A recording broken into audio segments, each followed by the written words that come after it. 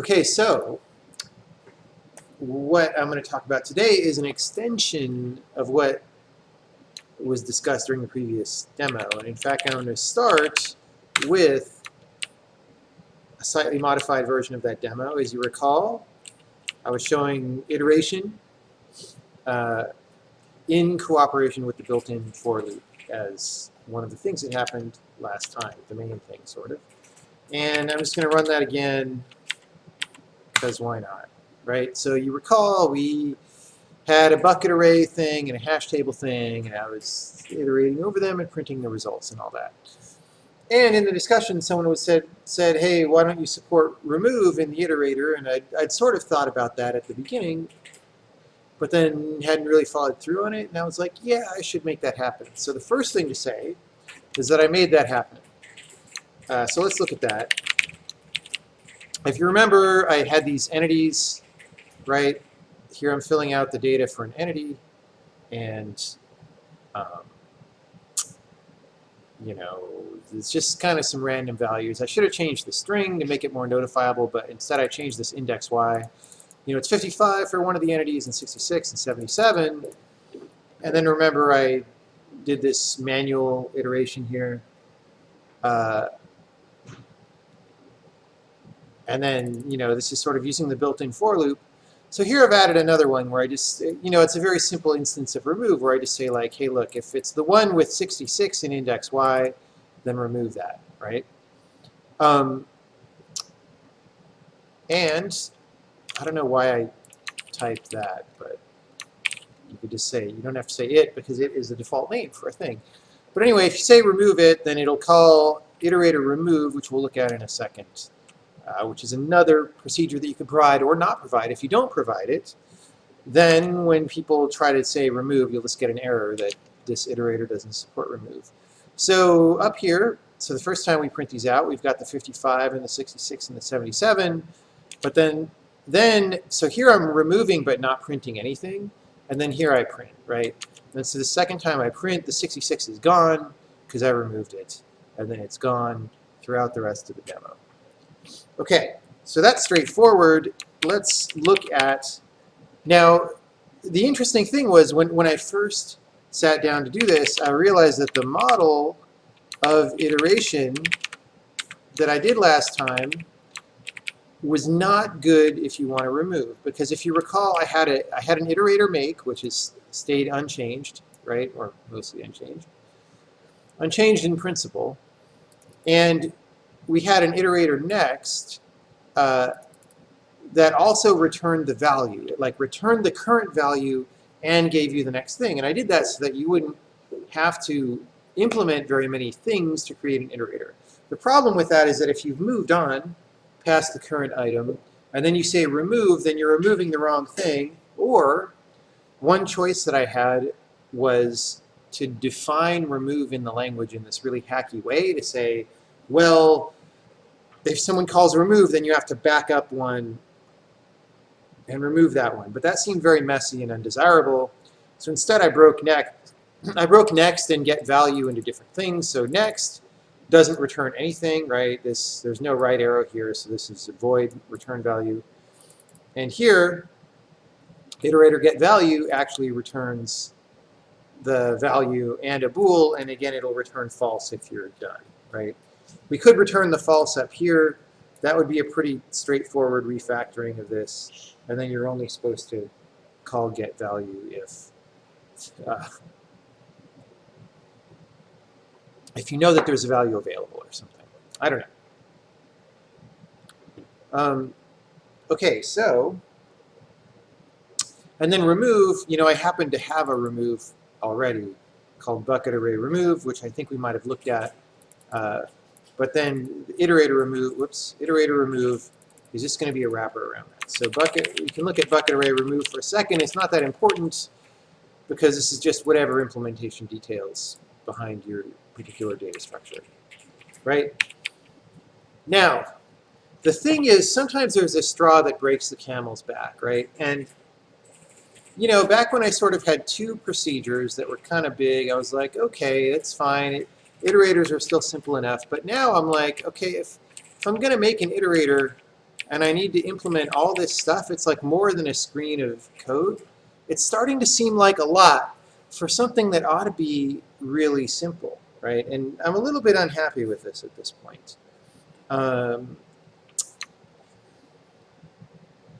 Now, the reason that I'm unhappy is because I designed for loops in this language are meant to be used as simply as this or as simply as this. They're terse, they're quick, you can do a lot with them, right? And I would like iterators to be terse and quick and let you do a lot with them, right? If we keep iterators around, as not a foregone conclusion, because I look at this much code to do a simple thing and I say, well, that's not necessarily very good. Now you might ask, well, why is that so much code? It doesn't necessarily seem like that much, but let's look at a different thing. Suppose I didn't care about having iterators and I was going to do things in a Lispy style way, where I just have an iterate function that takes my bucket array and then a visitor function that I call on every argument in the bucket array, right? That's like map or mapcar in Lisp or whatever, right? If I want to iterate over every element in the bucket array, all I do is visit all the buckets. Then within each bucket, I visit each by pointer. I take a pointer to every data element. And I make sure it's occupied. If it's not occupied, I continue. Otherwise, I visit the thing, right? So this right here, if I were to type this by hand at any point in the program, it gives me all the functionality of all this giant page of code, apart from the remove. This doesn't handle remove right now.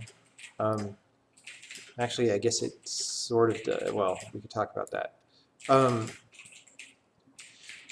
This is just drastically less code than this, right? So what's happened here is this sort of ballooned in two steps. The first step was me saying, well, there's going to be a thing called iterators, and they have at least a data structure definition and then 2 procedures, right? And now that they have 4 procedures, because I broke this into 2 and then added 1 more optionally, it's just, there's this thing that happens to code universally where you try to make it more abstract and applicable or something, and it just becomes a lot more complicated than it should be, right? This is all I want. This is all I want to do to iterate over this bucket array, but it's become this frickin' giant thing. Now, it's not necessarily that bad because you don't necessarily implement iterators that often, but even if I look at how much code this is, just to visit each thing, it's almost as much code as is actually required to implement this data structure, which is kind of ridiculous. Now, a little bit of it's optional. Like here I have a couple of asserts, and these 2 asserts were basically because when you call getValue, it's not so tightly entwined with next. Like I just want to make sure that things are happening in the right way and stuff. And so we assert before we dereference this array by slot index, we just assert that it's in range. And that probably comes from more of a C or C++ mindset. Like if we assume that when we compile our debug build, we're going to have our automatic array checking turned on, and we demoed that in a previous demo, if you don't recall. I probably don't really need those asserts. I probably do really want this one, though, because this makes sure that if I'm about to return a value, it's really from an occupied bucket, which says that this should have definitely stopped on an occupied bucket, right? So, I saved a couple lines by deleting a couple asserts, but it's still a frickin' page of code to do the basics, right? Whereas this is very simple. So then we're sort of on the cusp of a paradigm difference that several languages have approached in different ways, have approached in one way or the other way. Which is just to say that, okay, imagine, okay, what's the problem with this? Apart from the fact that this is hard to integrate into like a regular for loop syntactically, calling a function every time I want to iterate over this thing is maybe expensive.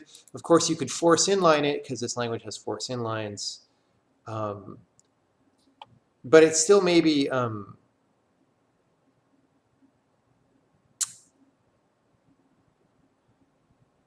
well, I don't know. I'm not sure. I'm not sure at some point how bad that is, right? Like if the language, like right now, like encapsulating things into a procedure to pass it is not very convenient.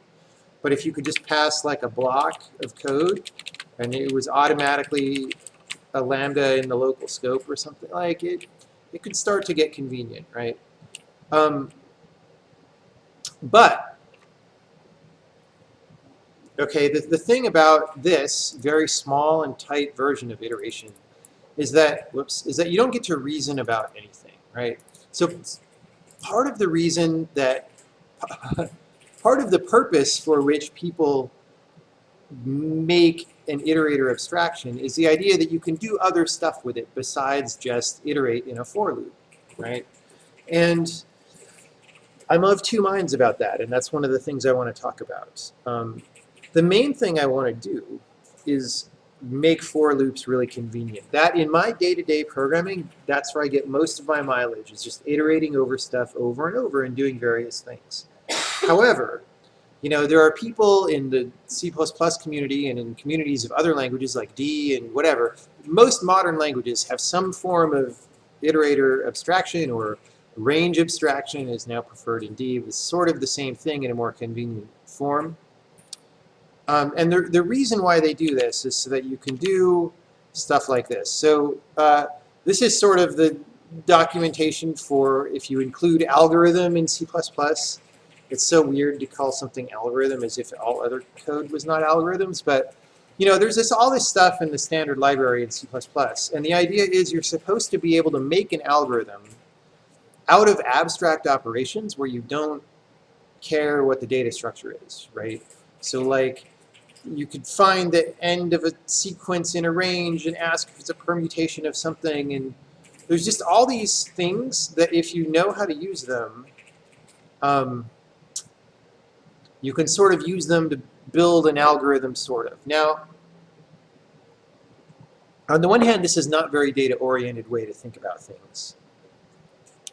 Because the thesis behind the kind of programming that I do is that you really actually care very deeply about the representation that you're manipulating, and these are all designed to not care about that representation. However, sometimes you totally don't care about performance. Sometimes you just want to try something and make it work, right? And in those cases, it might be convenient to have the leverage of this kind of high-level expression, right? Certainly, there are a lot of people in the world of programming languages that think that this is sort of the manifest destiny of the direction where programming languages are supposed to go. They're supposed to get more and more abstract, and you're supposed to be able to say more and more things about what to do without caring what the data representation is, or even the specific code representation.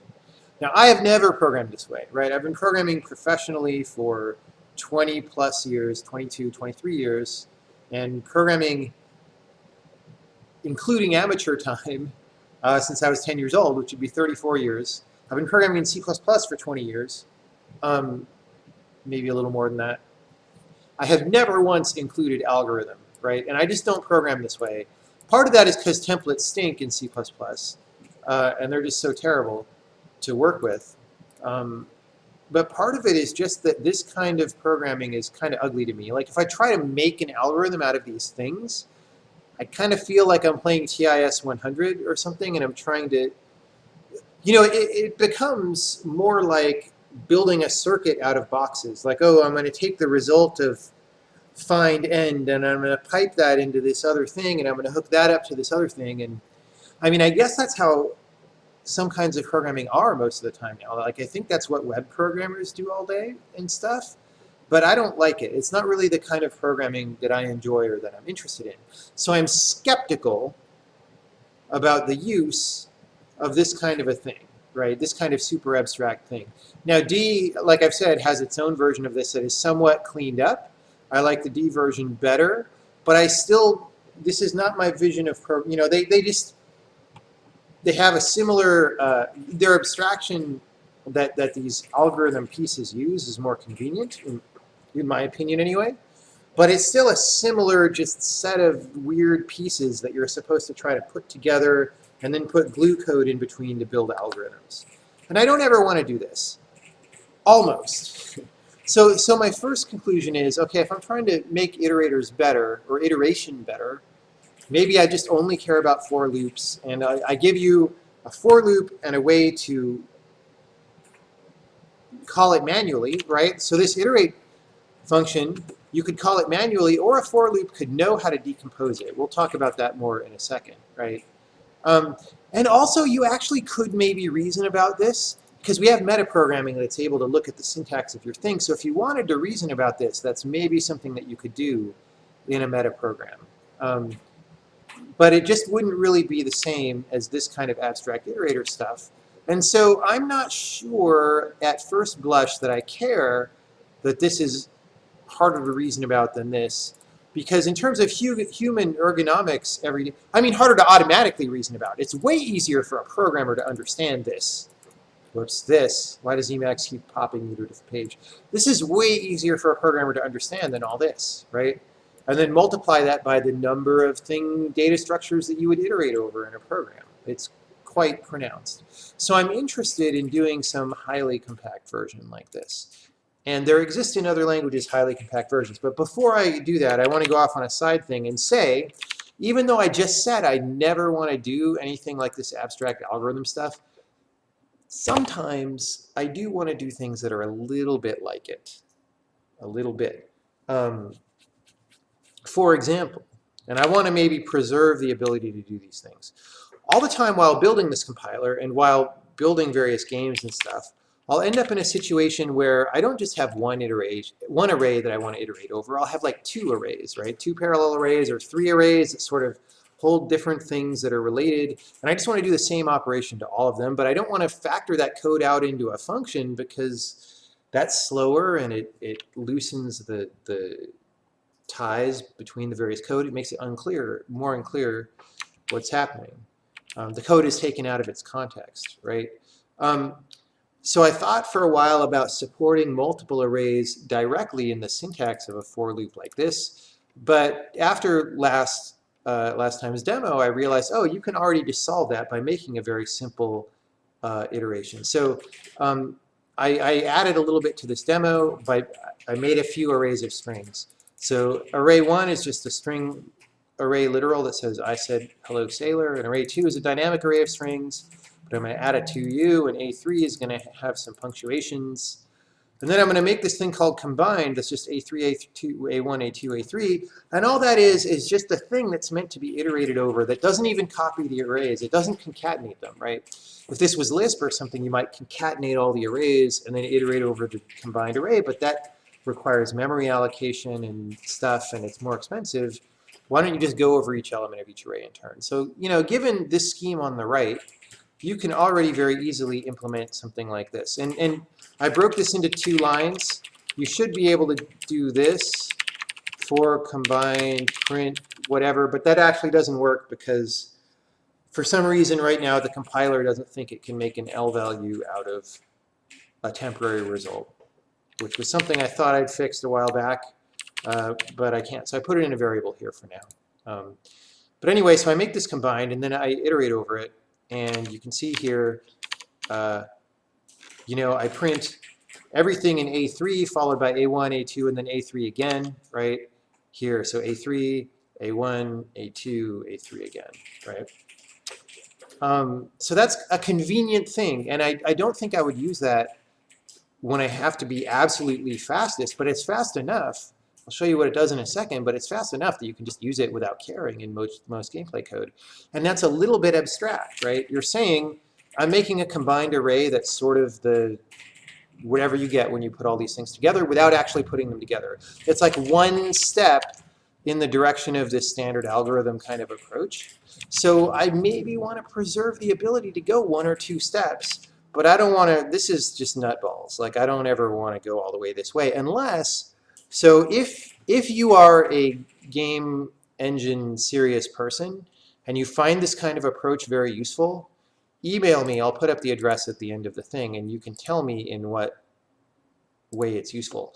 I know that there's all sorts of random programmers out there that think this is useful, but most of those programmers do not engage in a style of programming that I'm that interested in, and they don't produce results that I'm not interested in, right? So, but I'm interested in if anyone who's a serious person in my domain actually uses this stuff for real, like to solve real problems.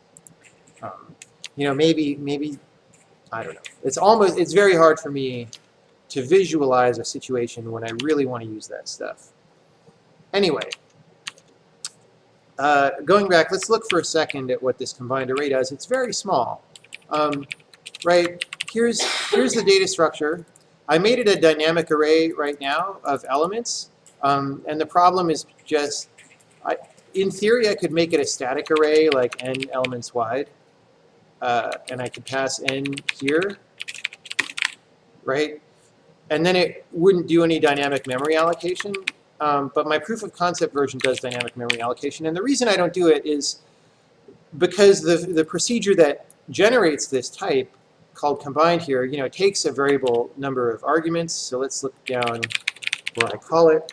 I just call it with A3, A1, A2, A3. I could have put fewer or more arguments if I wanted to, right? The thing about that is that the compiler right now doesn't know that when you have a polymorphic procedure with varargs, that the number of arguments is essentially a polymorphic variable. It's like the way that the declarations work syntactically right now, there's not really a way to do that.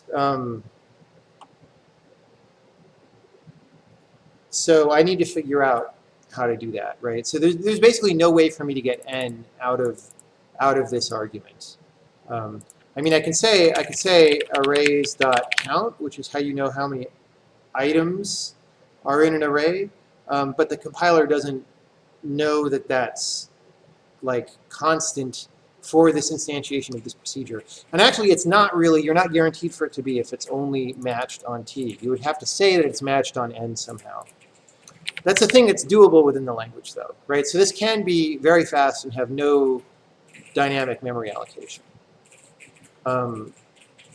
Aside from making space for this on the stack down here, which is very fast, right? Anyway, so all I do is I make a result of this type. I just copy this argument array into the result arrays, and then I return that, right? So that's very fast.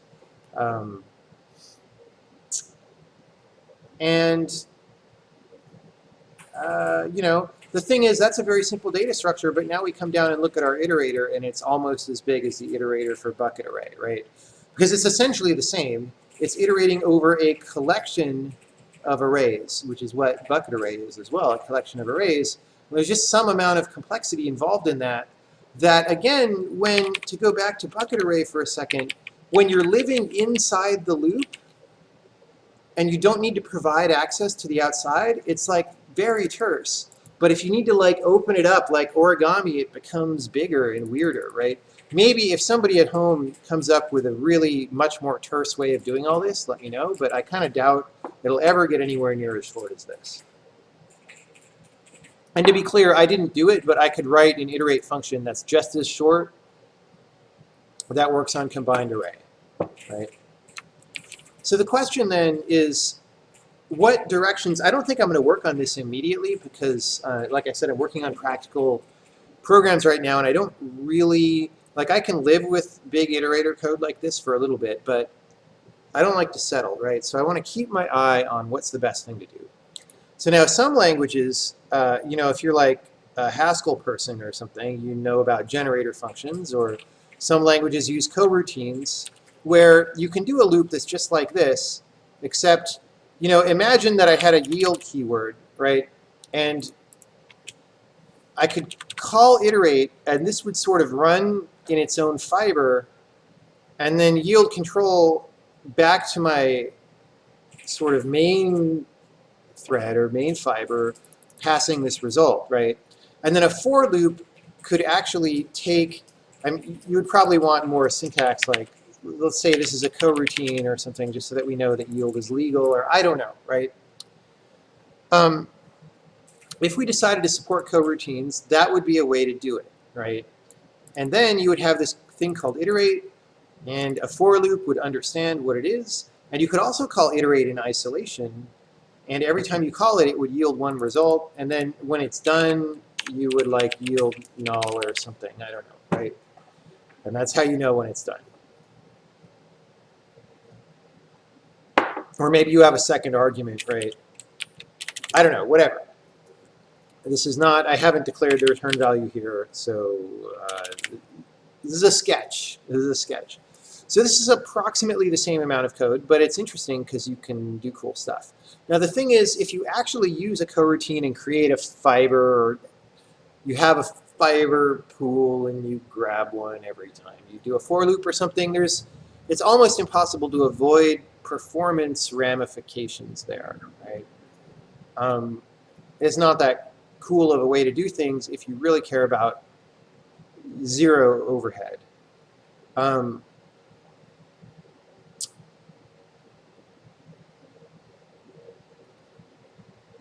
Oh, here I was doing a different thing, and it ended up being the same. So, and then the other thing about, like programming language enthusiasts will tell you how great generator functions are from something like Haskell or whatever, but my opinion about them is similarly meh. I feel the same way about those as I feel about this algorithm and standard algorithm stuff. Like, yeah, you can put together examples of how you can use it to do things, but I don't actually want to use it to do real things in the real world usually. There might be some rare use cases, actually. I think generator functions are probably more useful than this stuff, but they're not things that I actually really want to use. So here's the thing that I'm thinking may happen, and I'm interested to entertain opinions on this, right? What may happen is to have a routine like this that's got a visitor or something, and instead of defining all this iterator stuff, you just define this one routine, but the for loop actually knows how to dissect it, right?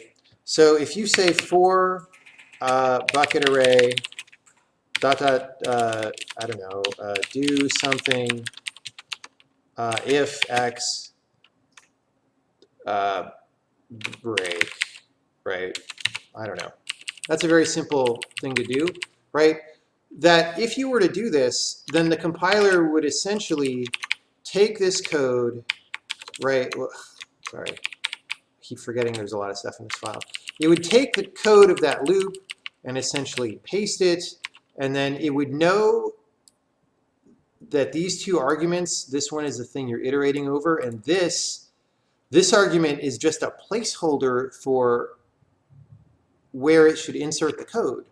And this is actually not that different from how it works right now anyway, actually. But, maybe you would want some more syntactic markup to make this clearer or less error prone. I don't know. But it would just know that wherever you see visit, we don't really mean call a function. We mean insert this code. So it would just go bam, bam, delete the visit, and then paste your stuff in here. Right? That would be, given how much this, that would be sort of polymorphing this into the form needed for the particular for loop, right? That would be a very appropriate to this programming language way of doing things, and it's kind of appealing to me. I think it's going to be an interesting thing to try. However, you'll notice that what I just did is intentionally a little bit broken, right? So if I just paste a break in here, I'm breaking from the wrong loop. I'm breaking from this loop. If you take break,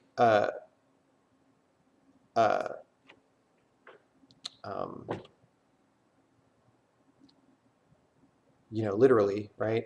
So I said break here without a label, but really I need the label of the outer thing. So I need to map this label to this, right? So I need to say break bucket. We already have named breaks that'll break you out of an outer thing. But there's probably a few things like that. What happens if I do remove? So what if I say if y remove it here, right? Do I give people a way to define remove? Maybe I do. Maybe I say in the scope of this function, you could define remove is, maybe it's just similar.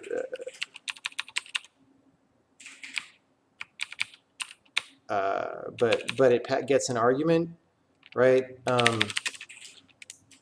not gonna do the right type right now. It's probably t dot type or element. Let's say element type. Let's pretend it's element type for clarity, right? So you could put something in local scope again that's I think this was just a call to bucket array, remove, I don't know, right? And again, this could be a syntactic placeholder where the arguments just assure the compiler that it knows what it's talking about. And then if you said remove it, it would complain if there wasn't a remove in this scope. So I kind of like this. This is super terse. And I don't think it prevents anything, right? So this example that I talked about wanting to be able to do down here, you could still do all that. And in fact, it would be simpler than what I just did, because you would still make this combined array. You would still make a function that generates a combined array, but you would have an iterate function that's about as short as the one we were just looking at, that you know, just does the work of all this stuff. And then you would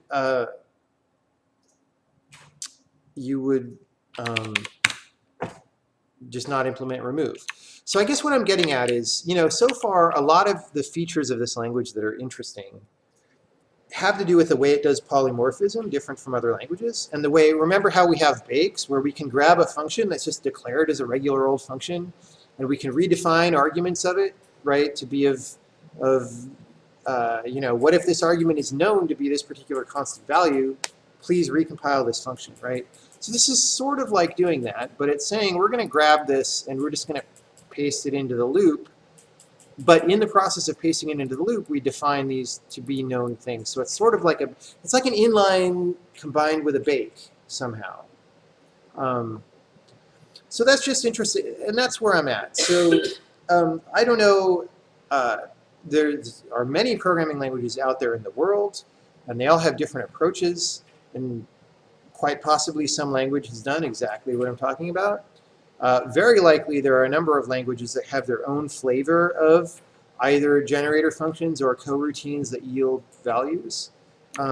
So I'm just interested in thinking about that in the future. And I wanted to talk about that while it's fresh in my mind, because like I said, I'm about to go back and do some more everyday grunt work programming stuff. So I just wanted to like get a little closure on this. Just say that I'm, and to reiterate, the conclusion is sort of I'm quite possibly much more interested in having this be the way things work than this, as long as this version doesn't turn out to be too weird and hacky. However, I mean, there's some things that are not quite figured out, like to do this remapping of the break or whatever. How do you know that that's the right label? Do you always remap to the outermost loop? That doesn't seem good. Like, what if my particular iteration scheme has multiple loops with multiple visits? Like, how do we make sure that that all works? I'm pretty sure that can be made to work, but we want to see, right? So that's where I'm at.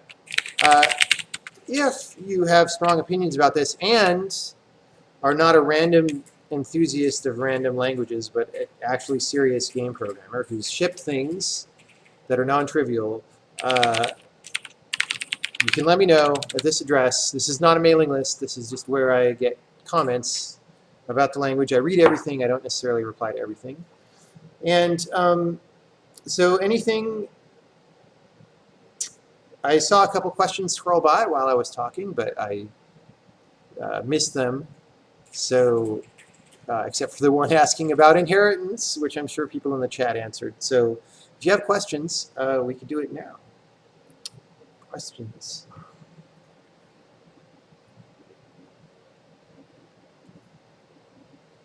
Someone says, for your current iteration scheme, you could add a keep current item variable, which the remove keyword will set to false. Then pass that to iterator get next. Yeah, I mean, maybe. The thing about that is that you can't...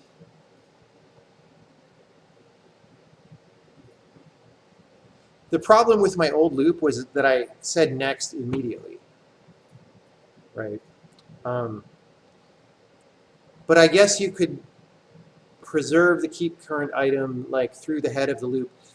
It's a possibility, right? And that by doing a manipulation like that, I could maybe get back to approximately the amount of code we had last time, right? But it would still be a little more complicated than last time even, because now you have this extra Boolean to deal with as a user. And if you're not ignoring it, and if you are ignoring it, you still want to make an error and tell people that your iterator doesn't support remove, right? So it's always going to be a little less or a little more code than what I demoed last time. And so, but that would keep it to 3 procedures instead of 4, and number of procedures I think does matter.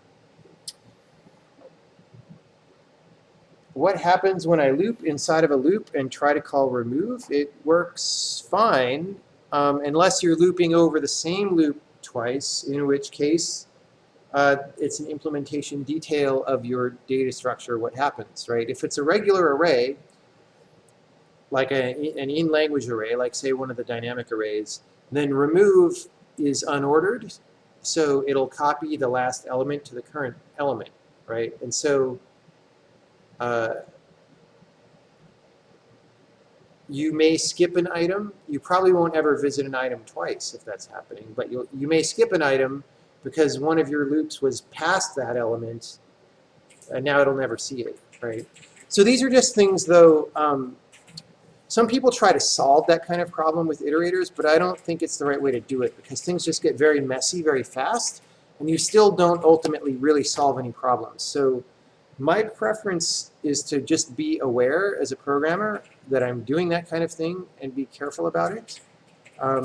You certainly, though, again, because we have very good metaprogramming in this language, if you are worried about that being an error that people might get into, you could actually scan for that occurrence, like iterating over the same list twice. Now, you don't necessarily, because at compile time, you don't necessarily know if things are aliased or not. It's undecidable, right? But you can at least catch the obvious cases of people iterating over something that's clearly the same array twice, right? If you were concerned with catching that bug.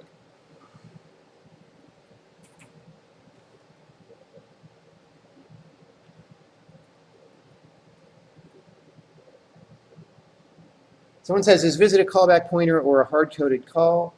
If former, I am worried about loading the pointer in the overhead. It's neither. So here's what I'm thinking, right, is just, first of all, if you define this procedure, let's get rid of the remove for now, just to clarify. So this is just a regular procedure, and you could call it passing another procedure here to visit, and that would be a regular call the procedure for every element, not particularly fast, right? But if you used it in a for loop, the for loop would, or if you used a data structure in the for loop, the data structure would recognize this pattern and actually go into the syntax tree and yank pieces out and rearrange it. So this visit then is not actually anything. Like, it doesn't represent a pointer or any data type at all. It represents the place in which you put the user's code, right? So if I was calling this as a function, the code to run on every item would be in visit, right? So in a for loop like this is the code to run on every item. So that would just get pasted where the visit is. That's sort of the idea.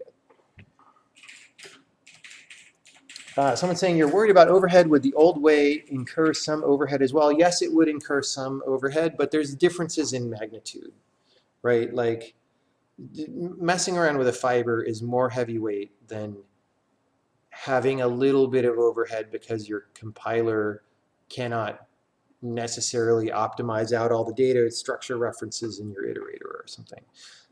Ideally, if compilers were smart and if we didn't have so many aliasing problems, there would be basically no overhead to this current iterator scheme, because, like, hey, these things are all inlined or whatever.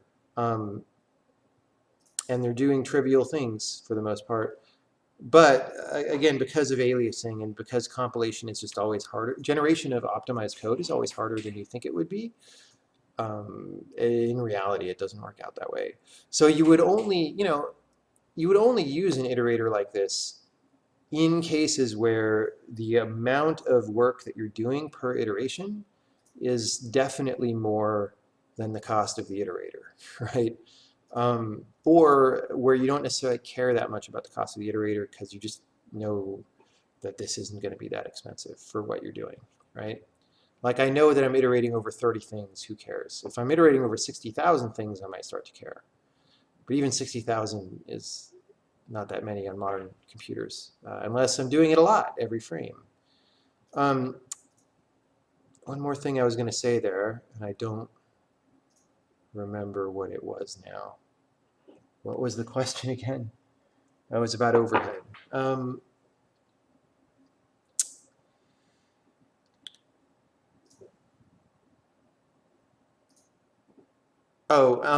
so if you say there's already overhead, it's like, well, what does it matter if there's a little more or a little less? But you know, to the extent that you can make the overhead small within reason, you widen the number of situations in which using an iterator like this is applicable. So that's a good thing, right?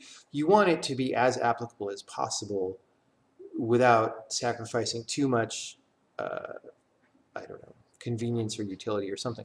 There's lots of things you could sacrifice, right? That said, I think that almost universally this will be lower overhead. This will be way lower overhead than this, which is another reason why it's appealing. Because the compiler doesn't have to reason about as much stuff here. Not nearly.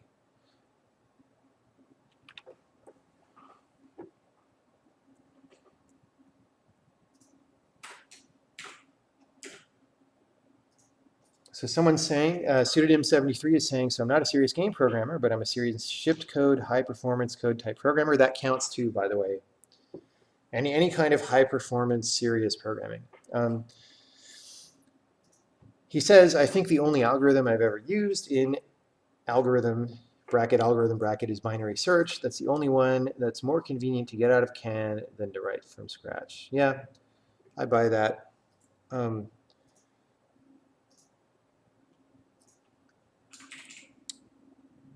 But even if you're going ultimately for performance, I think you can do a better job on any particular data structure. Like that bucket array, there's a structure where each bucket exists somewhere in memory, and then the buckets are possibly far apart in memory because they came from a generalized heap, right? And so if you were going to search on that thing and be as fast as you could, you probably would have a strategy specific to it. That said, like I was saying before, often sometimes you don't care about the absolute fastest performance and you just want to get something done. And that, to my mind, is where that kind of algorithm.h stuff is for, but I just never have used it, right? And so if you do serious scientific stuff and have only used it once, then that's a little bit of a corroboration. Because look at how much stuff is there, dude. I mean, let's go to the C++ one. Like, dude. And some of these are components that are used in the other things, right? But like, I don't want to, yeah. I've already ranted about that. I don't need to keep ranting. Have I considered C-sharp's approaches to iterators? They translate iterator functions into state machines. I don't know C-sharp at all. So if someone wants to email me a pointer or a link on the web to a good C-sharp primer about iterators that's smart, I would appreciate that. It would be good to look at. Could we use this feature to specify for in terms of while? Do you mean, this is James Widman asking, do you mean like in here? Yeah, I mean, what's inside this iterate could be anything. Like there doesn't even have to be a loop. You could put a while here, right? Like while I is less than 1,000, right? You can put anything. The idea is you can put print hello sailor, right?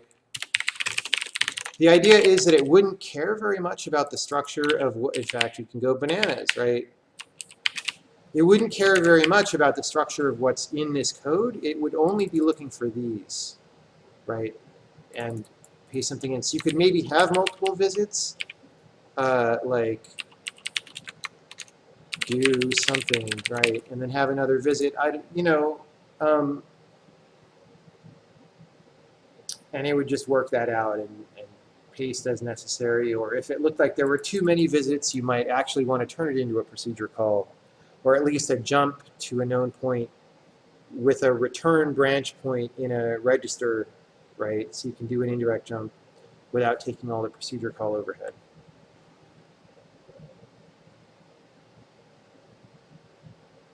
Someone says the iteration scheme you've been looking at seems like it could just be implemented by smartly replacing the for and the other syntax with the iteration code. That's exactly what I'm talking about.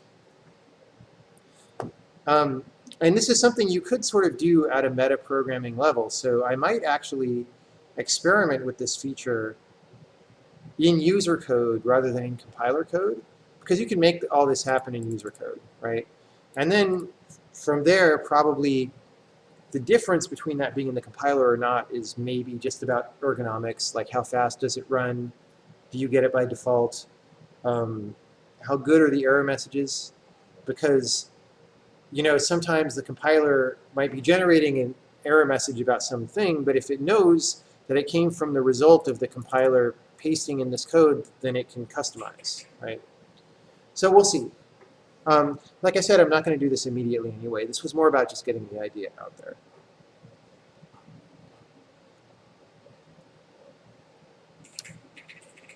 Looping through the same array twice. This is in reference to the earlier question. Will both remove functions get called? Just one, a special remove function. So if you say remove in a loop, the idea, so back when we had remove defined down here, the idea was this would get called for any removal, right? So, and it wouldn't even get called. It would again just be code that gets pasted in. So whatever you put in here would just get pasted every time you said remove as a block, right? That's it. So yeah, it would happen multiple times. Oh, so let's simplify to one array. If you're iterating over only one array, and you remove twice, that's an error, or it's not really an error because it'll work usually, unless your array unless the first remove removed the last element in the array. But it may not have semantics that you want because it'll remove an item that you haven't visited. So you really, even in a one-dimensional array iteration, you really only want to call remove once per time. Otherwise, you're probably doing something you don't want. But it'll functionally happen, right? And so you can extrapolate that to the case of nested arrays or whatever. I think that's what you're asking about.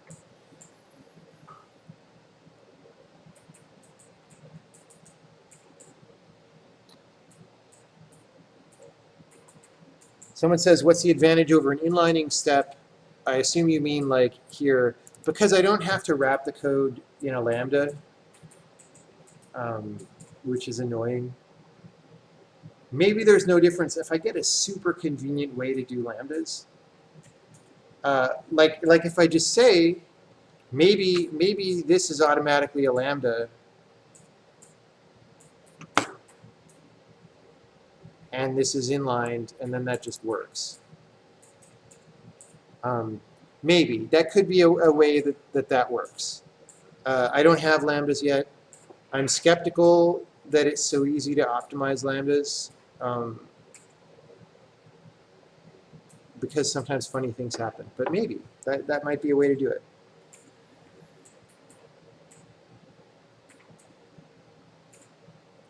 Someone says, is this a little bit like a Lisp macro? I guess so, but not really. I mean, the stuff we were doing in that one meta programming demo was a little bit similar to this, where you're copying and pasting code, and that's kind of like what Lisp macros do. But I mean, the reason Lisp macros work is because the syntax of Lisp is so simple that it's easy to operate on logically, right? So an equivalent of Lisp macros in this language would be like, well, I mean, really the equivalent is the stuff that I showed, where you have all this stuff, where you have data structures for every node, right?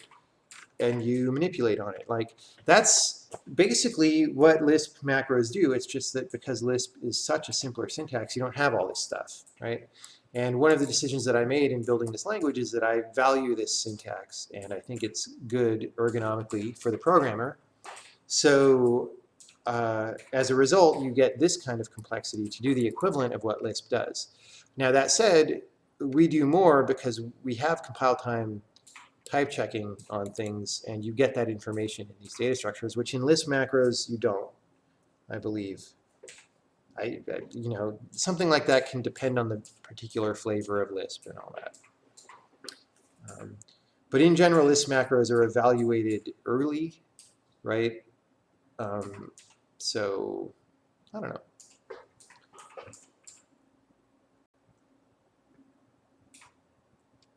Someone is asking, for function overload ambiguity compiler error you showed last time, is there a way to specify that more specific functions take precedence over more general ones? I haven't done that yet. I've thought about it. I'm not sure. I'm not sure if it's a good idea to get that complex. Sometimes it's better to just leave it simple, and if you want that functionality, you better not do it, or you better do it a different way or something, right? There already is, right, if you go back and look at the overloading demo, there is an idea of distance between parameter types, and for regular overloads, it will call the thing that's closest. And I won't go look at that now, but remember, if you pass an unsigned 8-bit number as an argument, and there's an overload with 32-bit and overload with 64-bit, it'll call the 32-bit one because 32-bit is closer, right? So that's how these ambiguities are resolved. But in general, I think there's very few cases in the real world where you want to let the compiler do that. The only other case is sort of in inheritance, right, where you have like the base class and you have the derived class, and if you want a base class version to cover everybody, but you maybe want a particular one for a derived class. But even that, when I type that in, I'm a little nervous about it, you know? But that also, we demoed that in that particular demo too. I don't know if you saw that one. So the thing is, so there is that notion of distance between arguments. But the thing is, if all the compiler can see is $t, like in this example, that type could be anything, right? I mean, we reason about the type in here, but that's code that humans need to understand and that the compiler is never going to completely reason about, at least not in this language. And if you made it something that could be automatically reasoned about, you would be limiting the expressivity of this kind of thing. So if you can't ever tell the distance between this and int, or this and table, right, if there's a subclassing relation or something, if you can't tell that distance, I don't know if it makes sense to allow you to express it somehow. I mean, in this case, this modify doesn't necessarily permit only one type. In this case, it does. In this case, it says pointer to a particular. In this case, it says pointer to any kind of procedure, right?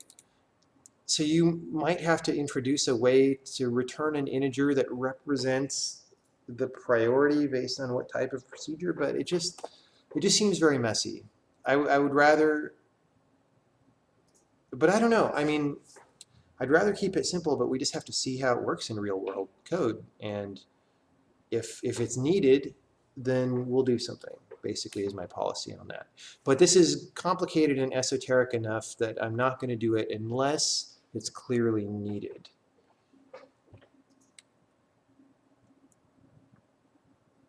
Someone's asking, have I heard of Jensen's device? I think that used call by name in Algol 60 to do an interesting iteration thing. I probably heard of that in college. I don't remember what it is. If you want to email me and remind me, that'd be cool. Can while loops be labeled, and do labels work with continue? So labels work with continue in for loops because you name the iterator. While loops do not have labels yet. I'm up in the air about whether I'm going to add labels. Just because I use for loops so often, I don't really fall back on while loops that often. But so I've never, in practical code that I've written so far, I've never needed to break out of a nested while loop. And again, if it's while inside a for, you can use the label of the for, right? So it's only if it's like a for inside a while or a while inside a while. In fact, there's no goto labels at all in the language yet. Like I've never had to say goto whatever. So I assume that labels will be coming for while at some point, and that there will be a syntax for that, just because it's dirty to not have them, and to have them for it like doesn't make that much sense. But I don't know what the syntax would be for it, so I'm just not going to do it yet. But if it becomes needed, I'll do it. Someone's saying maybe introducing a proper macro feature or deriving it from already existing compile time execution features to provide a mechanism for defining loop baking in a rather explicit and transparent manner. Maybe. So at some point soon, I was toying around with doing a specific preprocessor demo. It would be very easy to hook in fact, as I demoed at one point a while ago, you can already build your own preprocessor, right? Especially if it just operates on program text. That's kind of trivial. The one step that isn't in yet is to set it by default. Like sometimes if you just say import or load, that won't trigger a preprocessor. Like you would have to call the load function from the compile time metaprogram to add your files. But you know, I've demoed that several times, so if you followed the demos, you know what I'm talking about. So at that stage, it's easy to add a preprocessor, and the one extra step would be to just have a function called compiler set default preprocessor or something that would make that run on anything. So I've thought about doing that sometime. But to do this kind of unpacking a for loop or whatever, you don't necessarily want textual preprocessing, because unless you say, well, write your for with slightly funny syntax and the preprocessor will see it, right? But if you're iterating over a bunch of different things, like if I say for A, and that's an array in the languages, it's a native language array, and then you say for B, and that's a user-defined data structure, then you maybe don't want to mess with that one, but you do want to mess with that one. But it's hard for a preprocessor to know about this, because the difference between these two things is a semantic difference, and it requires understanding the program, right? And by the time you understand the program, you're way deeper into compilation than the preprocess step traditionally, right? So that's why I've done those metaprogramming examples that use type inference information. And so that is the place that I would do it. If you remember the profiling demo that inserted profiling code, or the Go Bananas demo, that's sort of the level where I think my first attempt at doing this would happen. Yeah.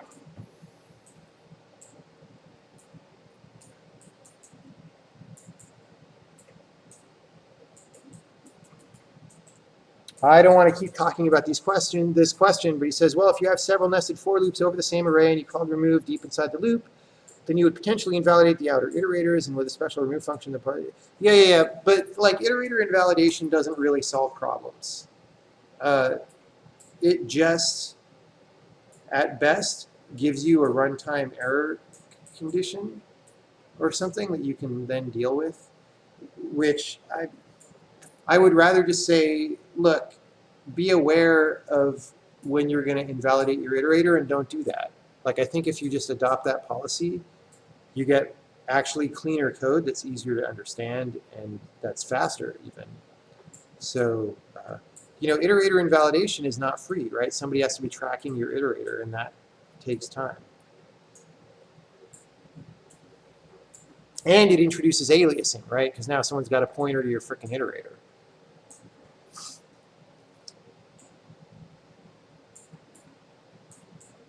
When I iterate over normal arrays by value, is it equivalent to array it index? Hence, you can change elements in the array. Yes, except that by default, if you say like for a something of it, right? By default, this is a value copy. But if you put a star here, you mean to visit everything with a pointer to everything.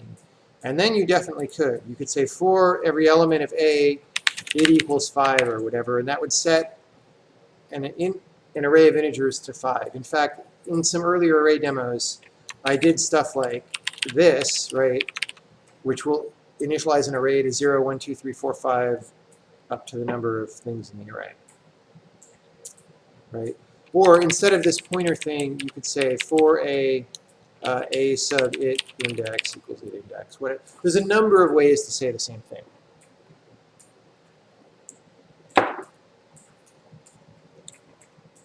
Someone's saying, take a look at Rust's macro system. If you want to link me to that email address, a good example of a page, because there's lots of stuff. Rust is one of the languages that lots of people are interested in right now, and so there tends to be a lot of stuff on the web, and I don't tend to know exactly which information is the highest quality. So if you just want to link that, that'd be good. I'm not going to be able to, well, here, I'll copy this Jensen's device link.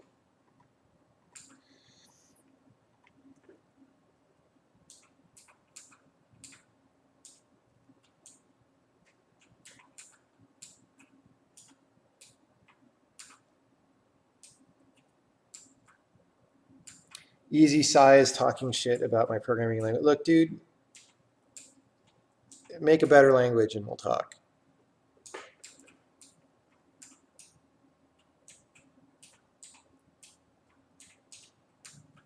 Someone says, when there's an operator overloading, will there be a copy assignment operator? I don't think so. So, you know, this being a data-oriented language, one of the things that I want to preserve is extreme clarity about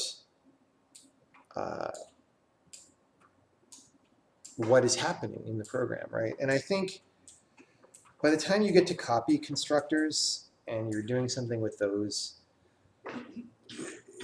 that's just, I never enjoy that when I see a program doing that, or when I even consider, I almost never do it, in fact, basically I've never done it, but I guess in a few cases I was experimenting with it, and it doesn't make me happy. It introduces confusion at what's going on. So for the same reason, you know, we don't have vtables that are like some hidden member of a struct, right? Like structs, what you see is what you get, and you can copy them with memcopy and get a valid struct. Like that's just a fundamental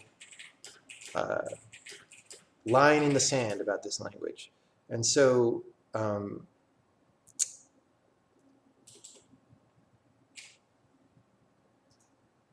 yeah, I mean, copy constructors land in that category for me, right? Like, I think A equals B should be a memory-to-memory copy, always. If you want something more complex than that, then you should put a function call there or something manually so that people know what's going on. Now, of course, the argument behind copy constructors is like, well, I have a pointer to some resource that has to get, you know, like I have a pointer to some memory, like a string name, and that string's got to be allocated on the heap. So when I make a copy of the thing, that has to get allocated on the heap also, so I have a copy constructor. And the problem is that once your program starts getting complicated, that kind of thing just goes completely bananas. And your program gets really complicated and slow, and there's all these things happening that you're not even aware are happening because they happen in the copy constructors. And you get the famous Chrome 50,000 allocations when you press a keystroke or whatever. It's just not a good neighborhood to be in. So I don't want to go there. I want to do as much as I can without stepping on that landmine.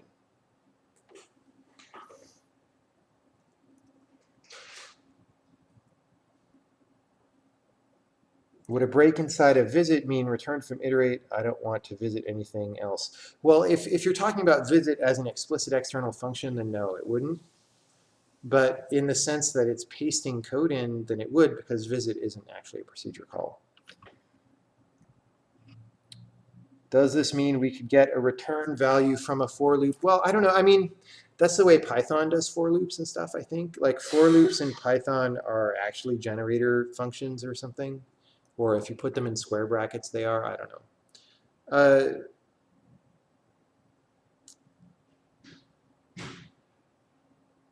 Although I may be misunderstanding the question.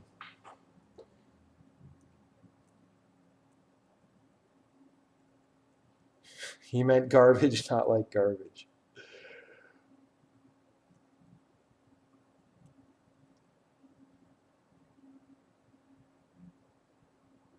In Rust, a equals b does a memcopy and disallows use of b, whereas a equals b dot copy will invoke a copy function.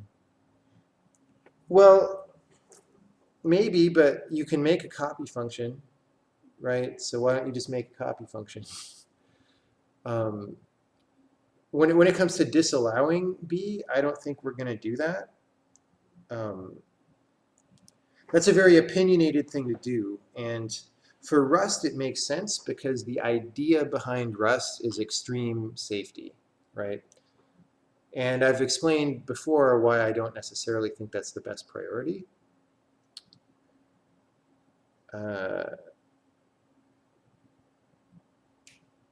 But I would like to make sure that everything is powerful enough that if you wanted to make that happen, you could. So I think in at least many cases, it would be pretty straightforward. Sorry about that, if you could hear that. It would be very straightforward to make a compiled time metaprogram that scans for that kind of thing and disallows it. Like, hey, you assigned something to B, now you're not allowed to use B. The thing that gets harder is when there's aliasing and stuff. Like your compile time metaprogram would have to do all the aliasing analysis, right? So you'd have to build up something as complex as Rust's borrowed checking system. But you could do that, right? I don't think there's anything preventing you from doing that at compile time. So if you were interested in going that way, my job is to make sure that you can do it as best as possible using the metaprogramming facilities. I don't really see it as my job to put that in the core language just because it's so opinionated and causes problems for people who don't share that opinion, which I don't necessarily share. Maybe Rust will work out great and it'll be 10 years from now the language that everybody should be using. That's possible. And we'll see how that works out and we'll learn from what they do. But right now I think it's a little early to be doing things that are that forceful.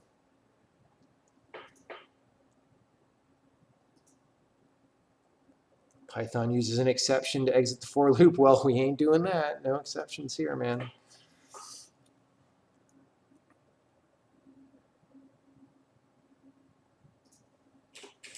So someone's saying, I guess if you want to break from a custom iteration, you want to break out the iterate procedure most of the time.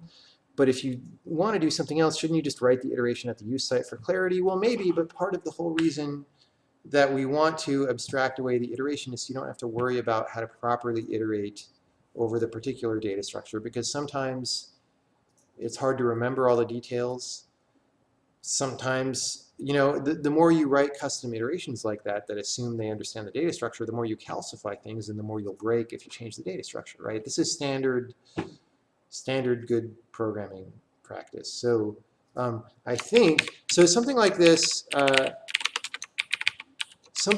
let's go to bucket array. Something like, oh, I've totally spammed my procedure. Something like this being a pastable thing for array. Something like this being a pastable thing as well as being just a regular procedure. Remember, we wouldn't prevent this from being called as a regular procedure. We just make it pastable.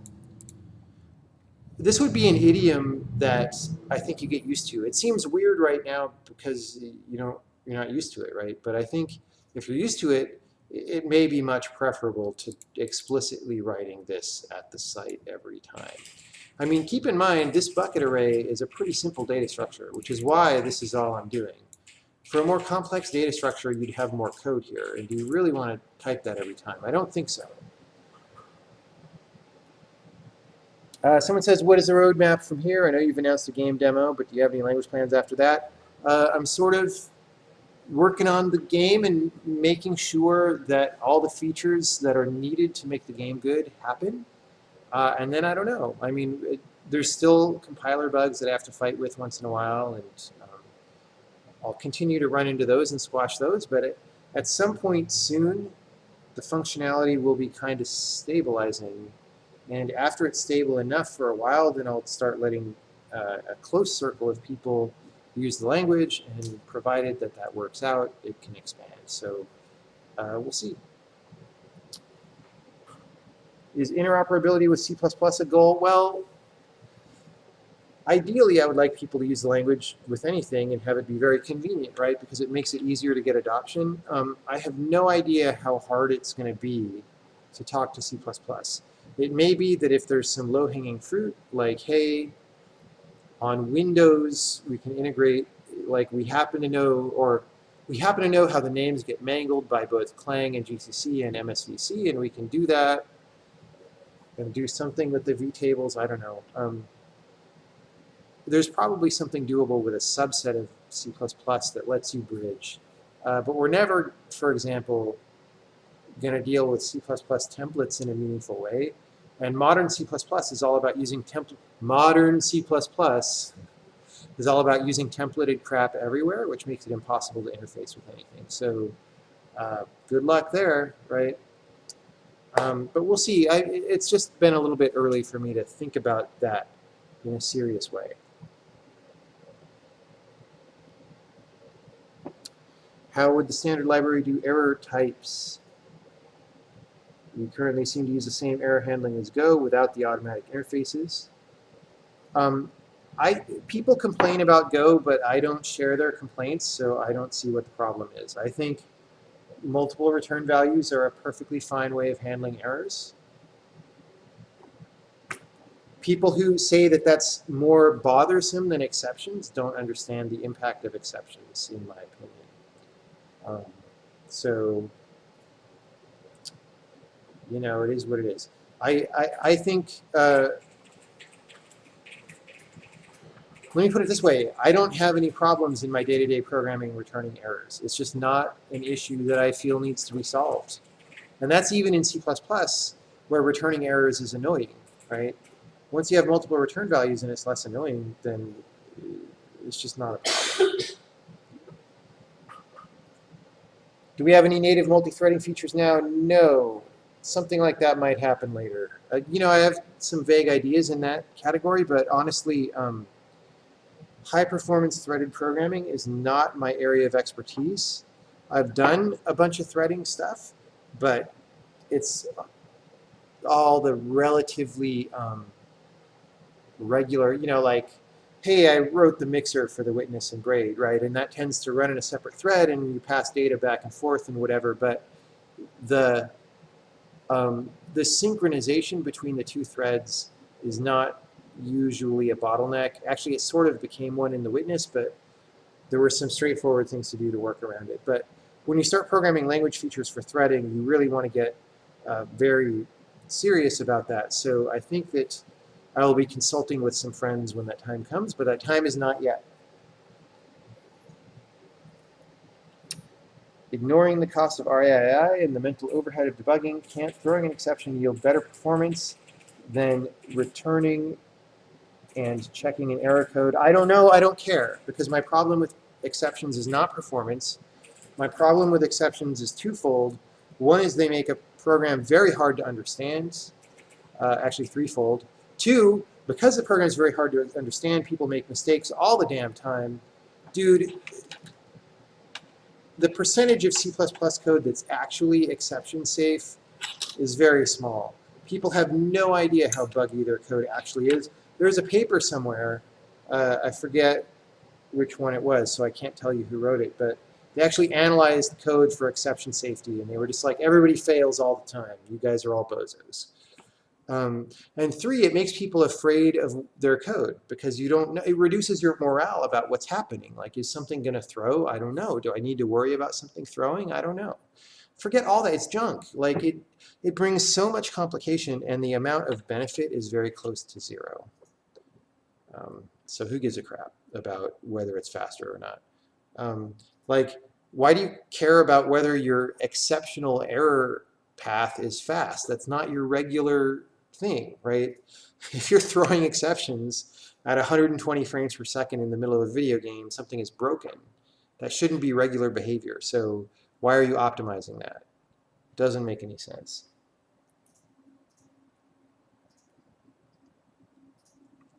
How do I feel about Go-style switch statements? No opinion. I haven't really used them.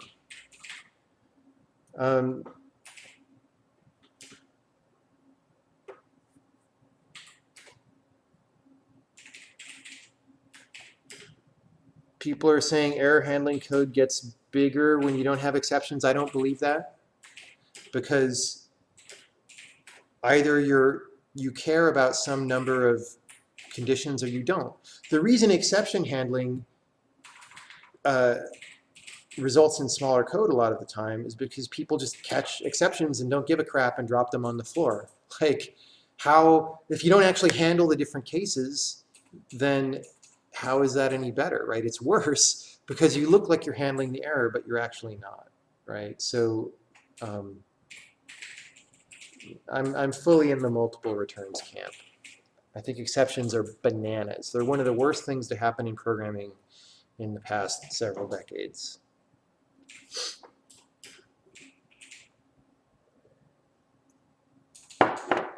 All right, some people are linking me some cool links to research. I'm going to be done now. This went on longer than I thought it would go. Thanks for hanging out. It went over an hour. I will do another session next time that I have good stuff to show. In the meantime, I'm heading out. So goodbye. Thanks for stopping by.